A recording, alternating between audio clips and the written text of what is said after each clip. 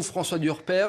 Je rappelle que vous êtes historien spécialiste des États-Unis. Elisabeth Guedel, notre correspondante, nous le disait à l'instant. Ça a l'air très serré pour l'instant. Ce sont vraiment les premières estimations entre Hillary Clinton et Donald Trump. Elle parlait notamment du vote des hispaniques qui pourrait être l'une des tendances de ce scrutin.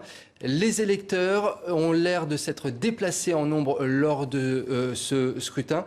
C'est l'une des problématiques, l'une des choses qu'on va surveiller. Bien sûr, la mobilisation et surtout qui s'est mobilisé. Pour l'instant, c'est un peu tôt pour savoir qui s'est mobilisé. En revanche, on a les indications du early voting, du vote avancé. On sait que les hispaniques se sont mobilisés. Ça, c'est un signe plutôt positif pour Hillary Clinton.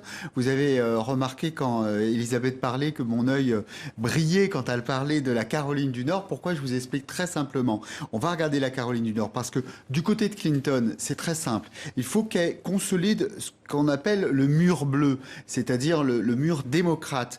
Pennsylvanie, Michigan, Wisconsin. Si elle gagne ces États, et vous savez que Donald Trump essaye d'aller piquer ces États parce qu'il veut aller chercher des ouvriers, de la classe moyenne inférieure et de la working class.